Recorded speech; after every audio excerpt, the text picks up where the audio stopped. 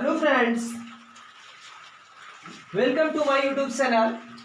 आज हम लोग चलने वाले हैं स्लैंग वर्ड का पार्ट नंबर 3 और इसका दे अंदाज होने वाला है।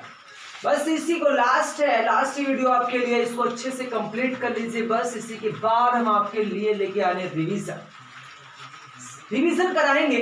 तो बात समझिएगा, स्लैंग वर्ड का पार्ट नंबर क्या चलने वाला है 3। तो स्लैंग वर्ड में आपने पढ़ा कि हम लोग केवल अभी तक देखते चले आ रहे हैं कि कमियां क्या क्या हैं। कहाँ कमियां? बहुत सारा है, बहुत कुछ है। लेकिन देखिए, हम वही चीजें कर रहे हैं जो मोस्टली हमारे एग्जाम के लिए इंपॉर्टेंट है। समझ रहे हैं ना? बस इतना मैं कहूंगा कि आप लोग भाई मेहनत अच्छे से करते रहिए। मेहनत इतना बढ़िया होना चाहिए कि इसका रिजल्ट भी मेरे सामने आए कि आप लोगों ने अच्छा किया है। ओके, तो हम आशा करते हैं आप लोग करेंगे भी ऐसा। अच्छे हैं आप लोग, बहुत अच्छे हैं। देखिएगा, स्लैंग वर्ड का पार्ट नंबर 3 पर चले तो स्लैंग वर्ड में पार्ट नंबर 3 में देख रहे होंगे एक तरफ इनकरेक्ट और करेक्ट लगा हुआ, मतलब क्या चीजें गलत है और क्या सही होता है, उस बात को समझिएगा। जैसे हमने बोला रिकॉल बैक, क्योंकि देखिएगा री शब्द लगा, उसका मतलब दोबारा खुद हो रहा है। रिकॉल बैक, रिकॉल का मतलब ही होता है वापस बुलाना या पुकारना।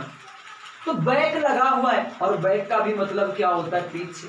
क्योंकि फ्रंट का मतलब समझिएगा सामने होता है और बैक का मतलब क्या होता है? पीछे। इस बात को भी याद रखना। तो रिकॉल बैक क्या है भाई साहब? गलत है। सही क्या होगा? रिकॉल। रिकॉल के साथ बैक नहीं होगा, ओनली क्या होगा? रिकॉल। और दूसरा आप देखेंगे क्या लिखा है? फॉरेन। फॉरेन नहीं होता, फॉरेन कंट्री होता है। फॉरेन समझते हैं? फॉरेन समझते हैं? हाँ, बिल्कुल भैया। तो फॉरेन नहीं होगा, क्या होगा? फॉरेन कंट्री होगा। ओके। रिट्रीट बैक, रिट्रीट वही होता है वापस बुलाना। तो रिट्रीट बैक नहीं होगा भाई, क्योंकि रिट्रीट का मतलब ही होता है वापस बुलाना। तो वापस के लिए फिर बैक थोड़ी आएगा, क्योंकि इंग्लिश में बताया कोई भी दो बार की किसी भी मीनिंग को, मतलब एक बार उसका सेंस आना चाहिए, डबल बार सेंस नहीं होने वाला। ओके। तो रिट्रीट बैक नहीं, क्या होगा? रिट्रीट होगा, ओनली क्या होगा? रिट्रीट होगा। फिर उसके बाद लिखा है फ्ली अवे। फ्ली अवे, तो फ्ली अवे मतलब भग जाना। तो फ्ली अवे नहीं होता, या तो आप फ्ली बोले, क्योंकि फ्ली का मतलब भी होता है भग जाना। तो भगेगा तो दूर ही तो जाएगा, तो कभी भी फ्ली के साथ अवे नहीं होगा। तो फ्ली अवे है तो फ्ली अवे नहीं होगा, या तो फ्ली कर दो और या तो रन अवे। सीधा सीधा आपको पता है कि रन अवे का मतलब क्या होता है? भग जाना। ओके।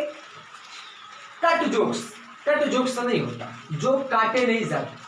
क्रैक जोक्स छोड़े जाते हैं, बोला नहीं जाता डायलॉग मत मारो। तो कट जोक्स नहीं होता, क्रैक जोक्स होता है, समझे ना? इसी तरह कट पेंसिल नहीं, शार्प पेंसिल होता है। कंफर्म है? फ्री शिप लिखा हुआ, तो फ्री शिप नहीं होता भैया, फ्री शिप नहीं होता, फ्री स्टूडेंट शिप होता है। ओके। अब देखो, जैसे हु हो गया, विच हो गया, हुम हो गया, इसके बारे में आपको मैंने कंजंक्शन में अच्छे से बताया है, तो ज्यादा इस पर हम डिस्कस नहीं करने वाले। हु हो गया, विच हो गया, हुम हो गया, हुस हो गया, इन सबसे पहले कभी एंड का प्रयोग नहीं होता है।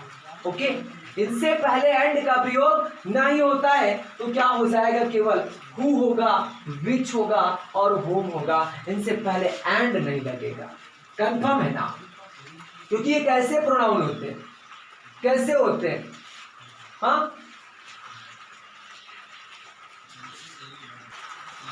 हाँ, तो देखिएगा हम लोग कहाँ पे चल रहे थे। बताया कि एंड हु हो गया, विच हो गया, होम, इससे पहले एंड का प्रयोग नहीं होगा। बाकी कंफर्म रखिएगा। तो क्या होगा? हु होगा, विच होगा, होम होगा। क्योंकि ये क्या होते हैं? रिलेटिव प्रोनाउन है। इसके बारे में मैंने बताया कि आपको अच्छे से बता चुका हूँ। क्योंकि देखिए, बहुत सारे स्लैंग वर्ड में ऐसे भी वर्ड है जो इनकरेक्ट है, लेकिन उसके बारे में हमने कहीं ना कहीं एडजेक्टिव में, कंजंक्शन में अच्छे से डिफाइन कर दिया है। अब देखिएगा, म्यूचुअल फ्रेंड, तो म्यूचुअल समझते हैं ना, पारस्परिक। तो म्यूचुअल फ्रेंड नहीं होता, म्यूचुअल फ्रेंड नहीं होगा, सुना होगा ना म्यूचुअल फंड। तो म्यूचुअल फ्रेंड नहीं होता, कॉमन फ्रेंड होता है। कैसा? Common friend. ओके। बाद उसके बाद देखिएगा लिखा है लॉट ऑफ। क्या?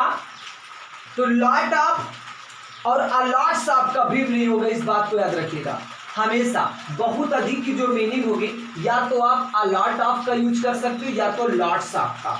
दो बातें आप याद रखो, बाकी कुछ भी देता है तो गलत होगा, समझ रहे ना। एक मीनिंग याद आई, जैसे योर सिंसरली हुआ, तो योर सिंसरली नहीं, योर सिंसरली होता है। बहुत सारी ऐसी चीजें हैं जो आपके अगर इन पॉइंट ऑफ व्यू, एग्जाम की पॉइंट ऑफ व्यू से देखें तो इंपॉर्टेंट है, योर्स सिंसरली। अब देखिए अ लॉट्स ऑफ लिखा तो बिल्कुल गलत, मैंने बताया दोनों में देख लीजिएगा। अ लॉट्स ऑफ अधिक के लिए बोला तो बताया कि अ लॉट ऑफ याद रखो, लॉट्स ऑफ याद रखो, इसके अलावा कुछ नहीं। ओके, तो जैसे मैंने यहाँ पे देखेंगे एग्जाम्पल आपको दिया है, he flee away from my class,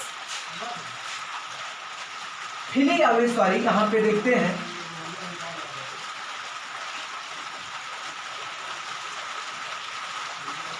he flee away लिखा हुआ है। देखो पहले तो गलती है, वो मेरे क्लास से भाग गया, फ्ली अवे लिखा, तो पहले तो आपको मैंने बताया भाई फ्री होगा ही नहीं होगा, क्या होगा, रन होगा। मैंने थोड़ी दो गलती इसमें डाल दी थी, रन होगा, या तो आप फ्ली कर दीजिए या तो रन अवे करोगे, ठीक है ना। तो रन करोगे, मैंने सेंटेंस में क्या दिया, वो मेरे क्लास से भाग गया, और भाग गया तो कौन से टेंस में गया, पास्ट इंडेफिनिट में, तो वर्ब की कौन सी फॉर्म, सेकेंड फॉर्म, तो रन का क्या होगा भैया, रैन होगा। He ran away from my class हो जाएगा, कंफर्म ना। चलिए आगे देखते हैं, देखिए इधर आपको मैंने कुछ लिखे हुए हैं इनकरेक्ट और करेक्ट, इनको तो याद ही रखना है। यानी कुछ ऐसे भी वर्ड होते हैं जो निगेटिव होते हैं, क्या होते हैं, निगेटिव, अर्थात उनके बाद में कभी भी नॉट का प्रयोग होगा नहीं, क्योंकि वो अपने आप में खुद क्या होते हैं, निगेटिव। जैसे स्कार्सली हो गया, रेयरली हो गया, बेयरली हो गया, हार्डली हो गया। इन तीसरा का अर्थ क्या होता है, बड़ी मुश्किल से, क्या होता है, बड़ी मुश्किल से। तो बड़ी मुश्किल से खुद अपने आप में निगेटिव है, कहा ना कि मैं बड़ी मुश्किल से आज यहाँ आ पाया, इसका मतलब क्या है कि मैं यहाँ आ नहीं पा रहा था, यही तो अर्थ होगा ना। तो बड़ी मुश्किल से, कंडीशन कंफर्म है ना। तो हार्डली, स्कार्सली, रेयरली, हार्डली, इनके बाद में कभी नॉट नहीं होगा, इस बात को याद रखना। रिफ्यूज हो गया कि मना करना, रिजेक्ट हो गया, ये खुद अपने आप निगेटिव रखते हैं, कंफर्म है ना। तो लिखा है हमने बेयरली, hardly, unless, until, cancel, forbid हो गया मना करना, रिफ्यूज मना करना, रिजेक्ट नकार देना, फॉरबिड मना करना, तो ये सब खुद अपने आप में निगेटिव है, तो इनके बाद नॉट का प्रयोग नहीं होगा, इस बात को कंफर्म कर लीजिएगा। ओके, बारिश बहुत तेज हो रही भैया, आपको आवाज इसकी अच्छे से सुनाई पड़ रही होगी। अब देखें तो इसका एग्जाम्पल देखें हम लोग, तो लिखा है you can't pass, you can not pass, तुम पास नहीं हो सकते unless you do not work hard, अगर आप कठिन परिश्रम नहीं करते। तुम पास नहीं होंगे अगर आप कठिन परिश्रम नहीं करते। तो बात समझना भाई, अनलेस लगाना, तो अनलेस लगा है, शर्त है, शर्त सूचक है, अंतिम समय सूचक है। अगर शर्त सूचक है, अनलेस है, तो निगेटिव खुद रखता अपने पास, तो वैसे वैसे नाट को तो अपने पास आगे भटकने नहीं देता, समझे ना। तो अनलेस के बाद में निगेटिव नहीं होगा भैया। तो आगे गए, नाट देखो लिखा तो गलत है, लेकिन याद ये भी तो रखना आपको, क्या याद रखना है, क्योंकि डू हो गया, डज हो गया, डिड हो गया, अफर्मेटिव में कभी भी अकेला रह ही नहीं सकता, क्योंकि वो नाट के साथ में आ गए तो इंट्रोगेटिव की कंडीशन में आएगा, कंफर्म है ना। तो यहाँ पे क्या जाएगा भैया, पूरा चला जाएगा, तो होगा you can not pass unless you work hard. Okay, अब इसके बाद देखते हैं, बिल्कुल लास्ट रूल देखिएगा जल्दी से आप लोग, लिखा है रिएम्बर्स बैक। तो ध्यान रखना रिएम्बर्स बैक नहीं होता, ओनली रिएम्बर्स होगा, ओनली रिएम्बर्स होगा, क्योंकि इसका मतलब होता है चुकाना, और चुकाया गया तो वापस ही तो दिया गया, अगर वापस दिया गया तो इसके बाद बैक नहीं होगा भाई साहब, केवल क्या होगा, रिएम्बर्स हो जाएगा। ओके, इसके बाद लास्ट रूल देखिएगा भाई जल्दी से, लिखा हुआ है टेक एग्जाम और ड्यू एग्जाम। तो टेक एग्जाम का मतलब क्या हुआ और ड्यू एग्जाम का मतलब क्या, इस बात को समझिएगा बहुत अच्छे से, यही सबसे बेहतरीन है, समझ लीजिएगा। देखो हम ऐसे कहते नहीं, हम परीक्षा देने जा रहे हैं, लेकिन पता ना बोलने वाली बात अलग है, आप परीक्षा देने जा रहे हैं, करें हम परीक्षा देने जा रहे हैं, लेकिन नहीं, हम परीक्षा लेने जा रहे हैं। बात समझिएगा इस बात को, हम परीक्षा लेते हैं देते थोड़ी है, ठीक ना। और जो टीचर होता है वो कहते हम परीक्षा दे, और मतलब परीक्षा लेने जा रहे हैं, नहीं, वो परीक्षा क्या कर रहा है, दे रहा है। इस बात को याद रखिएगा, समझ रहे हो ना। तो याद रखना, अगर टेक एग्जाम है तो स्टूडेंट टेक एग्जाम करेगा, समझ रहे हैं। स्टूडेंट टेक एग्जामिनेशन होगा, यानी स्टूडेंट हमेशा टेक करेगा। इंग्लिश की बात अलग है, हिंदी में प्रॉब्लम होती है। हिंदी में हम कहते हैं हम जा रहे हैं आज रेलवे की परीक्षा देने नहीं जाते हो भाई साहब, लेने जाते हो, ठीक है ना। तो टेक एग्जाम जो होगा वो स्टूडेंट करेगा, और टीचर्स जो होते हैं वो गिव एग्जाम करते। तुमको देखने में सुनने में अजीब लग रहा होगा कि अध्यापक देते हैं एग्जाम, अजीब लग रहा हो, हिंदी की बात है, लेकिन इंग्लिश में करेक्ट है। टीचर हमेशा गिव एग्जाम, यानी टीचर एग्जामिनेशन देता है और स्टूडेंट लेता है, एग्जाम लेता है, समझे ना। एग्जाम लेने का मतलब हुआ, वो बोलने वाली बात अलग है। एग्जाम्पल देखो, सी विल गिव एग्जाम टुमारो, वो कल एग्जाम देगी, कल एग्जाम देगी। तो यानी हम कह सकते हैं सी विल गो, ऐसे लिख दे, सी विल गो टू